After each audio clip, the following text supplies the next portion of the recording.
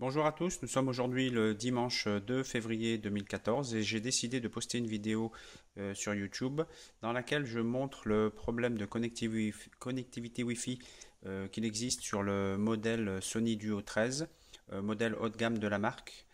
C'est un modèle que je possède depuis juillet 2013 et sur lequel j'ai déjà fait part, on va dire, de mon mécontentement au support puisqu'il y a une connectivité Wi-Fi anormal. Ce problème est connu de la marque, hein, on pourra le voir après sur plusieurs sites internet. Donc voilà, je vais vous faire une petite expérience. Donc cette expérience consiste à faire une comparaison de débit Wi-Fi qu'il existe entre déjà deux appareils. Donc vous avez ici un portable Acer, voilà, sur lequel j'ai connecté mon ordinateur donc sur mon réseau ici Freebox AC11AC, donc on voit qu'il est connecté. Il y a 5 barres, hein, c'est normal. Ma Freebox est juste ici, voilà. Donc je vais lancer euh, un test de voilà de débit. Le voici. Voilà. Donc comme vous pouvez voir, je suis à 1336 kilooctets par seconde, hein. Alors, je vais faire le même test ici sur le Vaio, d'accord. Alors, pour ça, je vais d'abord vous montrer que voilà, j'ai branché une clé Wi-Fi Belkin, hein. C'est la clé Wi-Fi qui m'a été donnée par Sony suite à mon problème, hein. On m'a dit que ça serait une solution temporaire. J'y ai pas cru au départ parce que je savais que ça allait durer et je me suis pas trompé du tout, hein. Voilà. Alors, j'ai désactivé tout simplement la carte Wi-Fi intégrée de l'appareil, hein, donc on peut le voir ici, et je suis actuellement connecté à ma Freebox, hein, comme vous pouvez le constater ici. Alors, je vais lancer un test de bande passante pour voir le débit. Alors, voilà. Donc, comme vous pouvez le constater, hein, approximativement la même chose que sur le Acer, j'ai 1600 kilooctets par seconde. Voilà. Alors, je vais maintenant procéder à un nouveau test, cette fois-ci donc sur la carte intégrée Broadcom, hein, voilà. Donc je vais l'activer. Je vais débrancher tout simplement le Wi-Fi 2 et pour vous montrer que j'ai bien la dernière mise à jour du pilote, donc ici ce Broadcom 802.11 ABGN, voilà. Je vais vous montrer alors dans les propriétés de l'appareil. Alors ça c'est le problème. Propriété pilote. Alors, voici la version du pilote. Donc, c'est la 5.93 97 187 et c'est exactement la même que celle que Sony propose actuellement sur mon modèle. Voilà. Donc, je suis sur le support Sony dans la rubrique téléchargement et donc dans la rubrique Windows 8.1. Voilà. Donc, je vais vous montrer que le pilote est bien à jour. Voilà, donc voici, on le voit ici, Wireless LAN Driver Broadcom 593 97 187. Alors, on peut déjà observer que euh, par rapport, euh, voilà, donc là on voit bien que je suis connecté, hein, Freebox AC11AC, je suis toujours à côté de ma Freebox, voilà, il est 10h50 exactement, et je vais procéder tout simplement à un test. Alors, avant de lancer le test, je vais vous demander de bien regarder euh, l'icône dans la barre des tâches. Donc là, je suis à 5 barres, voilà, ce qui est normal puisque je suis à côté, et je vais procéder donc tout simplement au test de bande passante. Voilà, donc ça c'est le résultat que j'avais tout à l'heure en Wi-Fi 2, c'est-à-dire sur la clé Wi-Fi, et là je vais effectuer un nouveau test.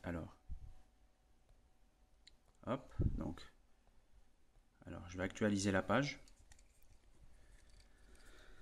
Là, a priori, voilà, il y a un problème. Ça cherche, voilà. Donc j'actualise, voilà. Donc le test est en cours, voilà.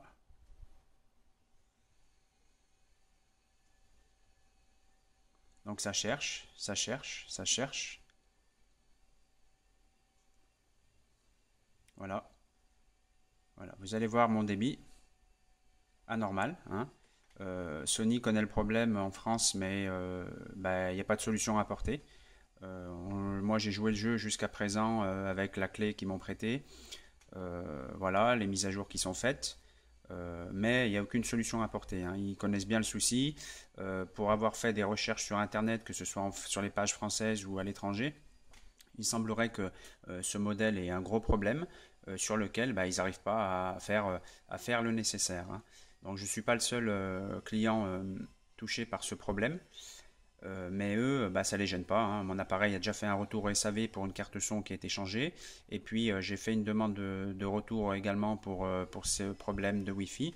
Et malheureusement, on m'a dit que tout était normal, hein.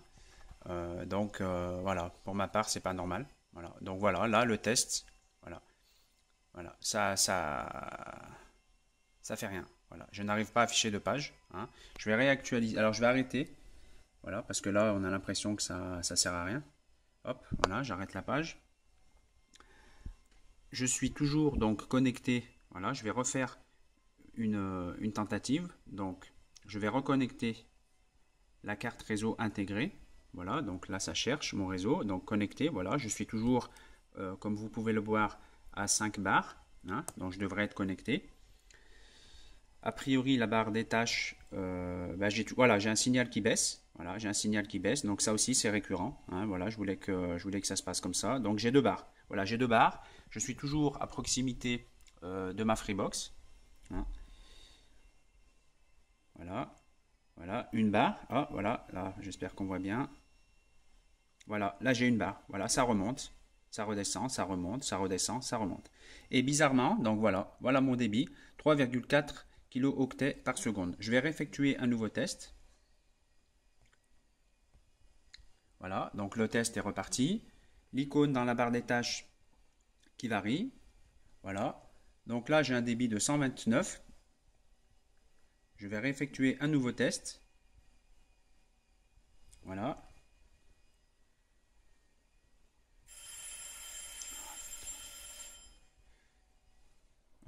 Voilà, la barre, l'icône, voilà l'icône du réseau Wi-Fi dans la barre des tâches à deux barres.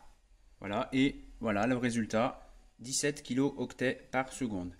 La barre des tâches, donc voilà, c'est remonté, hein, comme on peut le constater. Voilà. Donc j'ai mis en parallèle sur la page, sur le support US de Sony.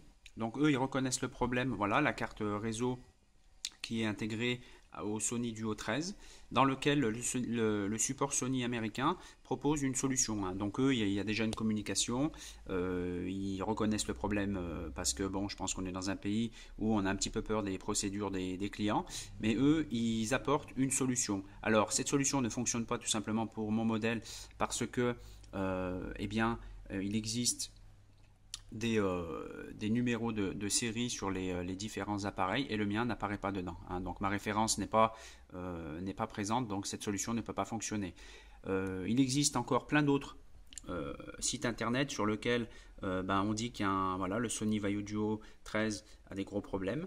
Je vous ai fait part ici, donc même chose sur le support Sony de différents problèmes. Voilà, toujours sur la même chose.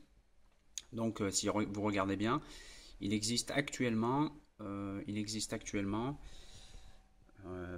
pages, hein, 42 pages, voilà. Et puis sur le site français, voilà, donc Vaio Duo 13, problème de Wi-Fi, hein, sur lequel il y a plusieurs personnes qui se plaignent de ça. Il n'y a qu'à regarder, hein, je ne peux pas tout lire, hein, voilà. Et bien entendu, alors sur le Vaio Pro 13, c'est la même chose. Voilà, il y a le même problème, donc je pense que le matériel sur le Duo 13 ou le Vaio Pro, à mon avis, doit être la même chose. Vaio Duo 13, voilà, donc encore des gros problèmes de connexion. Et puis aussi sur le Vaio 15, voilà, Vaio Fit 15, problème de connexion Wi-Fi. Voilà. Donc c'est assez invraisemblable parce que voilà, Sony met des appareils en place alors qu'ils sont pas très efficaces, hein. Voilà, je vais revenir sur mon Duo 13. Donc voilà, là voilà, vous avez vu le signal qui monte, qui descend, hein, la Freebox qui est toujours à côté.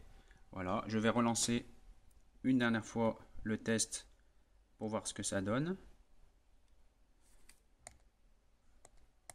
Alors ça bug. Ah non, ça bug pas, ça cherche. Voilà.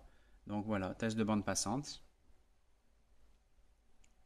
Voilà, 17. Non, alors voilà, le temps que ça affiche, comme vous pouvez le voir. Et regardez le résultat.